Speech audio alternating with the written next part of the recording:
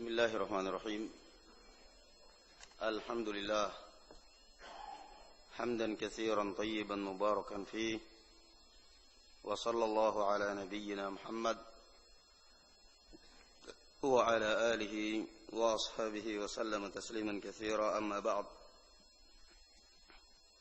Ada pertanyaan di sini, apakah benar ketika kita berwudu di siang hari Ramadan tidak boleh berkumur-kumur? Tolong jelaskan beserta dalilnya. Salah kalau dikatakan tidak boleh berkumur-kumur. Rasulullah sallallahu alaihi wasallam mengatakan, "Wa baligh fil istinsyaq illa an takuna sha'iman." Kata Rasulullah sallallahu alaihi wasallam, dan bersungguh-sungguhlah ketika kamu istinsyak dalam berwudu, kecuali jika engkau puasa.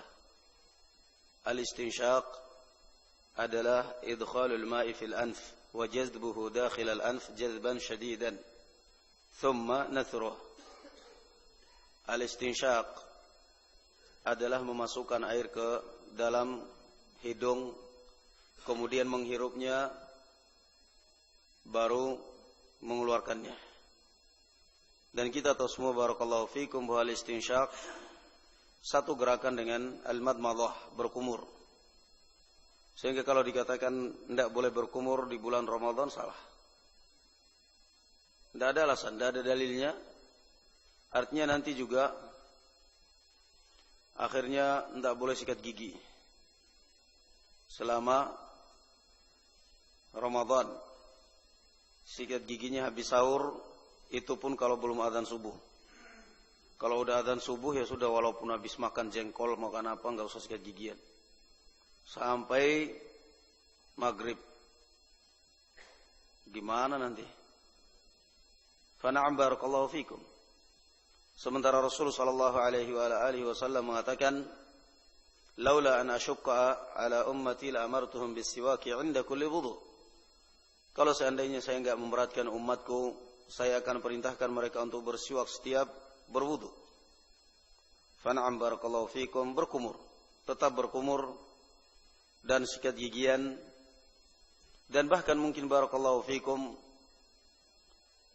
ikhwan, seperti yang ada sekarang, berkumur dengan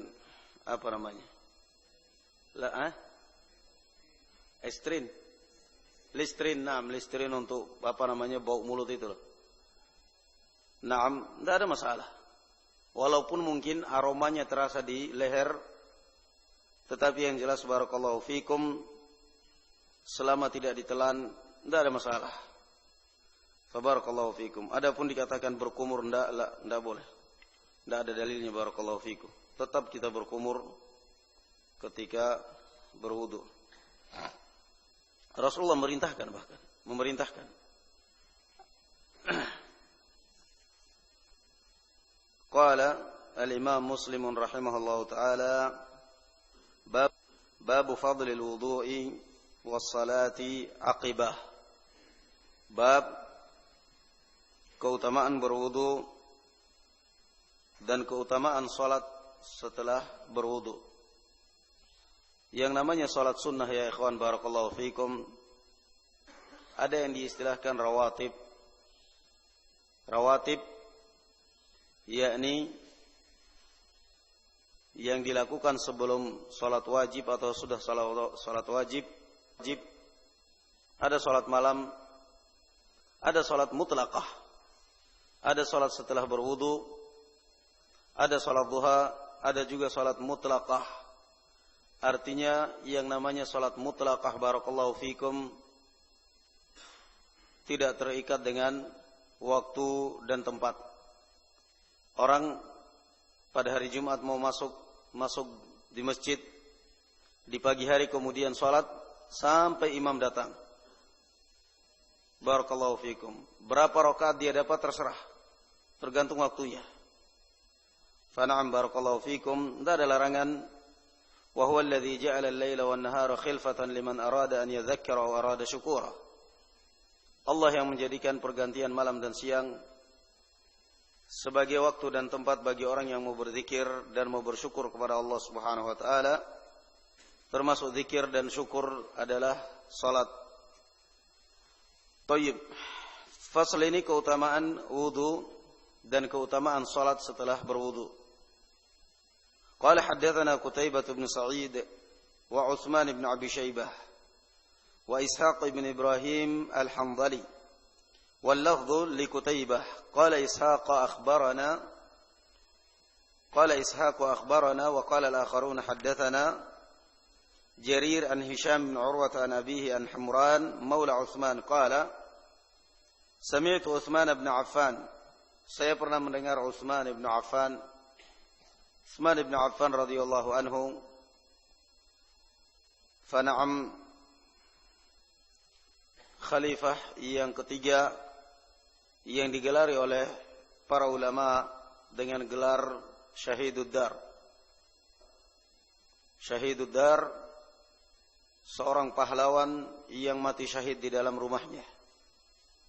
Seorang pahlawan yang mati syahid di dalam rumahnya, dibunuh oleh para pemberontak.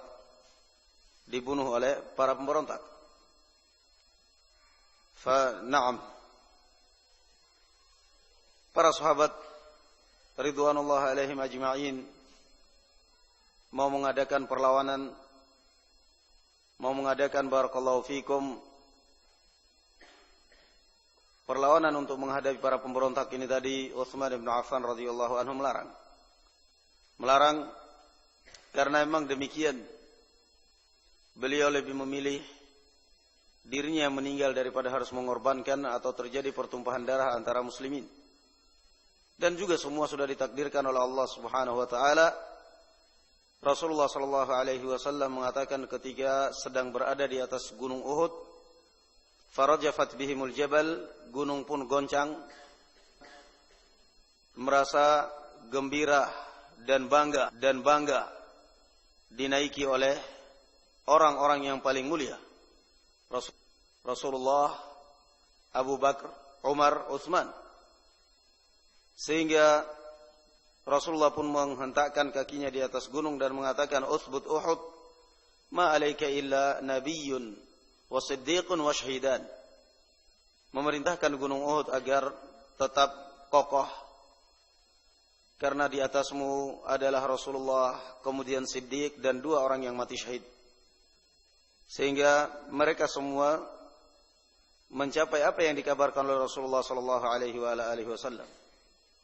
Umar bin Khattab mati syahid dibunuh oleh Abu Lu'lu'ah al-Majusi.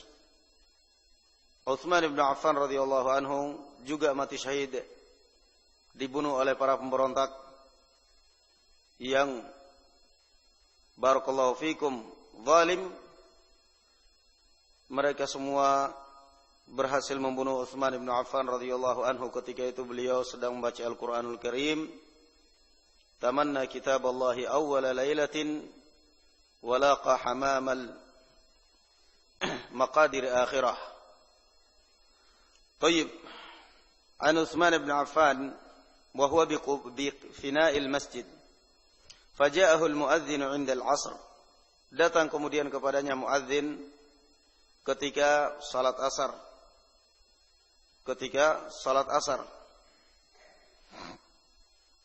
Fada'a biwudu'in.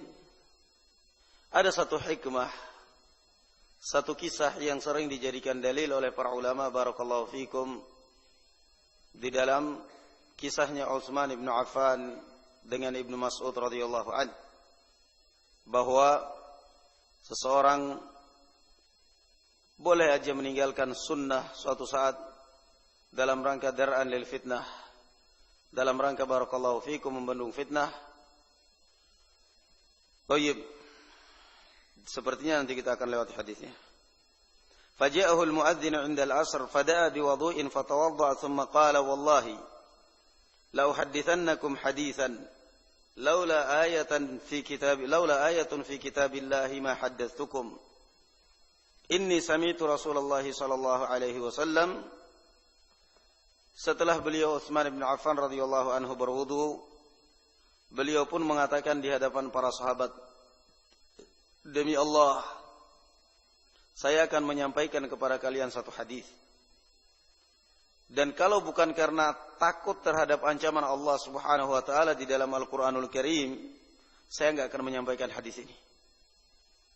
Artinya inginnya Utsman bin Affan radhiyallahu anhu supaya keutamaan ini dia yang meraihnya. Kata beliau, saya enggak ingin menyampaikan keutamaan ini kepada kalian, biar saya aja yang dapatkannya. Karena saya yang dengar dari Rasul. Tetapi karena saya takut ada di dalam Al-Quranul Karim, laula ayatun fi kitabillah, kalau seandainya enggak ada ayat dalam Al-Quran, yakni ayat ancaman orang yang menyembunyikan ilmu. Innal ladzina yaktumuna ma anzalna minal bayyinati wal huda min ba'di ma bayyanahu lin-nas ulaika yal'anuhumullahu wa yal'anuhumul la'inun. Di antaranya ayat ini, sungguhnya orang yang menyembunyikan apa yang telah kami turunkan kepada hamba kami, barakallahu fikum, setelah dijelaskan kepada atau setelah jelas kepadanya, maka mereka akan dilaknat oleh Allah Subhanahu wa taala, dan dilaknat oleh siapa saja akibat daripada kitmanul ilm. Dan ini adalah merupakan sifat ahlul kitab, kebiasaan ahlul kitab. Naam, kebiasaan ahlul kitab menyembunyikan kebenaran dan tidak transparan. Wa idza akhadha Allahu mitsaqal ladzina utul kitaba latubayyinunnahu lin-nasi wa la taktumunahu fanabadhuhu wara'a dhuhurihim washtaru bihi thamanan qalila fabi'sa ma yashtarun. Ahlul kitab, Allah sudah mengambil perjanjian dengan mereka, latubayyinunnahu lin-nas, agar kalian menjelaskan kebenaran kepada umat manusia. Ternyata mereka justru fanabadhuhu wara'a dhuhurihim washtaru bihi thamanan qalila fabi'sa ma yashtarun. Ternyata justru mereka menyembunyikan kebenaran dan hanya disampaikan kepada orang-orang tertentu saja. Hanya orang-orang tertentu saja yang mengetahuinya. Ini kebiasaan ahlul kitab, menyembunyikan kebenaran, tidak transparan, sehingga ketika salah pun gak ada yang benarkan. Ketika salah pun gak ada yang kritik. Kenapa? Karena memang kebenaran gak dijelaskan secara bebas. Naam. Utsman bin Affan mengatakan, saya akan menceritakan kepada kalian satu hadis. Kalau bukan karena saya takut ancaman Allah Subhanahu wa taala dalam Al-Qur'an, ancaman orang yang menyembunyikan ilmu, maka niscaya saya enggak akan ceritakan hadis ini kepada kalian. Inni sami'tu Rasulullah sallallahu alaihi wa ala alihi wasallam yaqul, saya pernah mendengar Rasulullah sallallahu alaihi wa ala alihi wasallam bersabda, la yatawadda'u rajulun muslimun fayuhsinul wudu'a fayusalli salatan illa ghafarallahu lahu ma bainahu wa bainas salati allati taliha. Kata Rasulullah, tidaklah seorang muslim ataupun muslimah berwudu, fayuhsinul wudu'a, lalu dia menyempurnakan wudunya dengan sempurna. Fayuhsin ihsanul wudu', barakallahu fikum, menyempurnakan wudunya, hati-hati di dalam berwudu. Kemudian salat 2 rakaat, kecuali Allah Subhanahu wa taala akan mengampuni dosanya antara salat yang dia lakukan dan salat berikutnya yang dia lakukan. Artinya menunjukkan barakallahu fikum bahwa yang pertama, yang namanya wudu adalah mukaffiratudz dzunub. Yang namanya wudu adalah penghapus dosa. Makanya lihat aja, di mana-mana barakallahu fikum muslim, selama dia salatnya rajin barakallahu fikum, tetap aja kelihatan barakallahu fikum lebih tenang, lebih barakallahu fikum dibandingkan orang yang tidak salat. Ini secara keumuman. Karena memang barakallahu fikum yang namanya al-wudu adalah mukaffiratun lidzunub, penghapus dosa. Kata Rasulullah sallallahu alaihi wasallam, "Ara'aitum law anna bi babi ahadikum nahrun jarin yaghtasilu fihi kulla yawmin 5 marrat, ayabqa min daranihi syai'un?" Qalu la ya Rasulullah. Rasulullah ketika bertanya kepada sahabatnya mengumpamakan wudu, beliau mengatakan, bagaimana pendapat kalian kalau seandainya di hadapan rumah kalian ada mengalir sebuah sungai, mandi setiap hari orang tersebut di sungai ini 5 kali dalam satu hari. Apa kira-kira akan tersisa kotoran di badannya? Mereka mengatakan tidak mungkin. Kemudian Rasulullah SAW mengatakan, demikianlah perumpamaan orang yang wudu. Perumpamaan orang yang wudu. Berapa banyak maksiat yang dilihat, yang dipandang oleh mata kita. Berapa banyak maksiat yang dilafadzkan, yang dilantunkan, yang dilontarkan oleh lisan kita. Betapa banyak maksiat yang dicium oleh hidung kita, entah sengaja maupun tidak sengaja. Dan terus belum lagi tangan, belum lagi kaki, na'udzubillah, belum lagi yang lain-lainnya.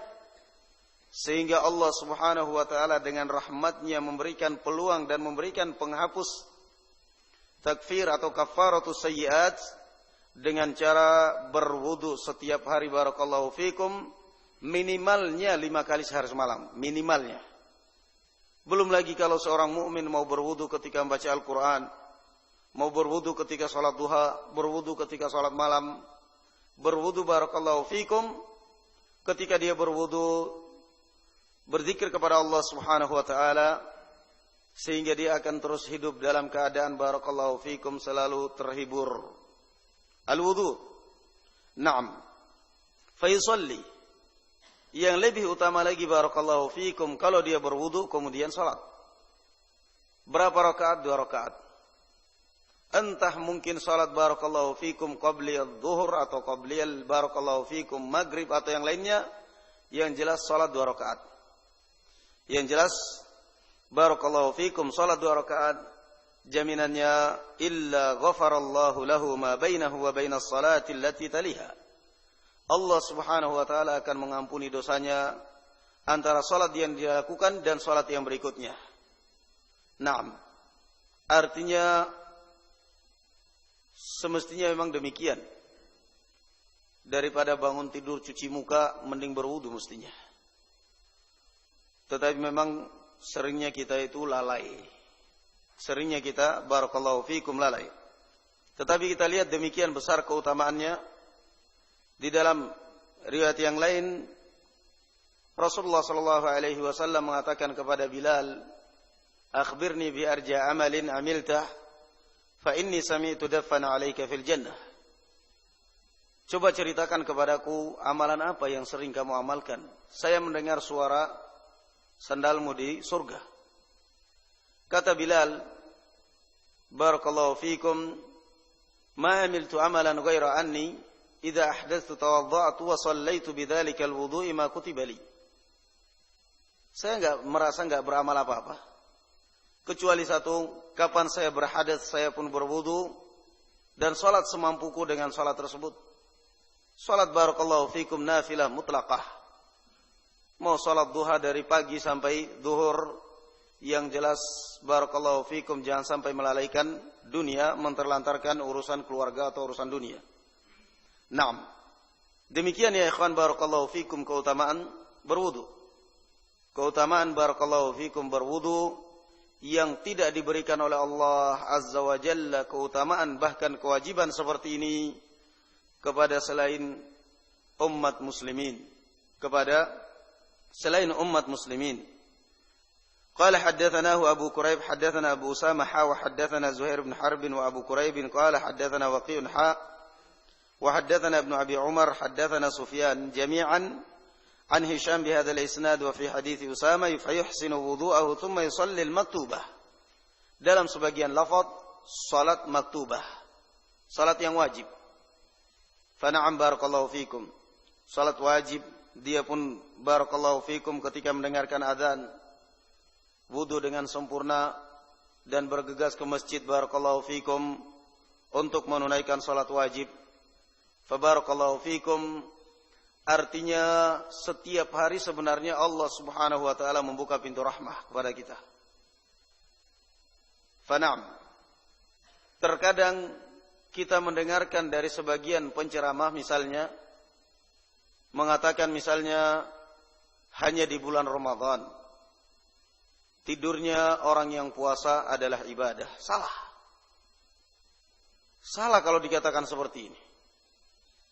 Apa memangnya orang puasa di bulan Ramadan aja? Yang namanya orang puasa di bulan Ramadan dan di luar bulan Ramadan. Sehingga kalau dikatakan hanya di bulan Ramadan tidurnya orang yang puasa dikatakan ibadah, ini salah. Fana'am barakallahu fikum berdasarkan hadis yang lemah, naumus shaim ibadah, puasanya orang yang tidurnya orang yang puasa adalah ibadah, ini salah.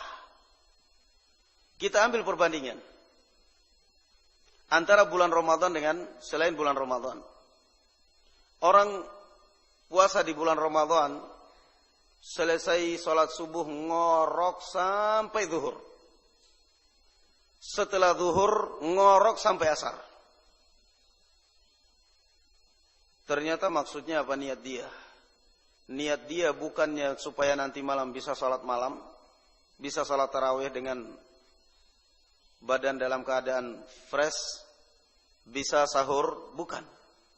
Niat dia supaya nanti malam bisa begadang di pos kamling main gaplek sampai sahur.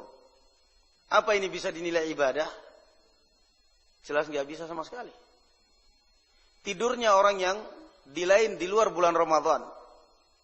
Di luar bulan Ramadan dia tidur. Setelah zuhur atau sebelum zuhur tidur. Niatnya saya mau tidur. Biar nanti malam bisa sholat malam, bisa bangun, mau puasa Senin Kemis besok. Ini jelas bernilai ibadah. Yang namanya barakallahu fikum tidur seperti kata Mu'adz bin Jabal, inni ahtasibu naumati wa qaumati. Saya selalu niatkan ibadah entah saya tidur maupun tidak tidur. Di Ramadan maupun di luar Ramadan. Ini barakallahu fikum namanya terlalu bakhil dengan pahala. Hanya di bulan Ramadan tidurnya orang puasa ibadah sangat jauh, Pak. Sangat jauh kalau seperti itu. Bakhil dengan pahala. Apa di bulan Ramadan aja orang puasa? Ada puasa Senin Kemis, ada puasa Daud, ada puasa kafarah, ada puasa qadha, ada puasa barakallahu fikum yang lain-lainnya, puasa nazar. Sehingga masalah tidur, masalah makan, masalah berjalan, masalah mencari rezeki, kerja dalam artian ini semuanya barakallahu fikum akan bernilai ibadah di bulan Ramadan maupun di luar bulan Ramadan. Innamal a'malu binniyat. Tergantung niatnya. Kalau makan dengan niat supaya kuat ibadah, supaya sehat barakallahu fikum ibadah di Ramadan maupun di luar bulan Ramadan. Tapi kalau makan dengan sekedar nilai biar gendut aja, iri sama tetangga, baru umur 20 tahun kelihatan gendut kayak kebau misalnya. Saya udah umur 30 tahun kayak gini-gini aja, makan yang banyak coba. Ini enggak ada nilai ibadah sama sekali. Tetapi kalau niat barakallahu fikum supaya sehat dan bisa kuat ibadah, tenang salatnya, akan bernilai ibadah. Fa na'am barakallahu fikum, nas'alullah azza wa jalla an yuwaffiqana wa an yahdiyana sawa'as sabil, wa sallallahu ala nabiyyina Muhammad wa ala ali Muhammad. Subhanakallahumma bihamdika la ilaha illa anta astaghfiruka wa atubu ilaik. Wassalamu alaikum warahmatullahi wabarakatuh. Alhamdulillahirabbil alamin.